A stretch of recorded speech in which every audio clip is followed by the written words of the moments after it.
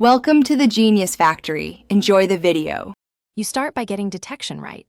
Make sure Bluetooth and Wi-Fi are active and that your Apple Watch is unlocked and on your wrist. Once done, open the contacts card or bring the watch face up. This primes name drop to advertise your contact. You do this because proximity pairing needs both devices discoverable, so you avoid delays and accidental shares.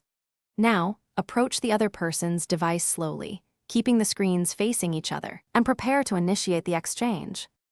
Once you're close, hold still and let the devices detect each other. A name drop prompt appears quickly if positioned correctly. Tap to share, then pick the exact contact card and which details you want to send, phone, email, address, because selective sharing helps protect privacy. You'll confirm on your end and the recipient confirms on theirs. This two-step acceptance prevents accidental transfers.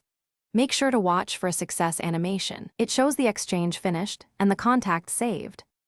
To finish, open the received contact and verify all fields are correct. Edit or merge duplicates now to keep your address book tidy. If the transfer doesn't complete, first toggle Bluetooth and Wi-Fi, then restart both devices. You'll often fix transient connectivity issues that way. Make sure neither device is in airplane mode and that contact syncing via iCloud is enabled because those settings block discovery. If problems persist, move to a less crowded wireless environment. Thanks for watching. If you found this helpful, don't forget to like and subscribe.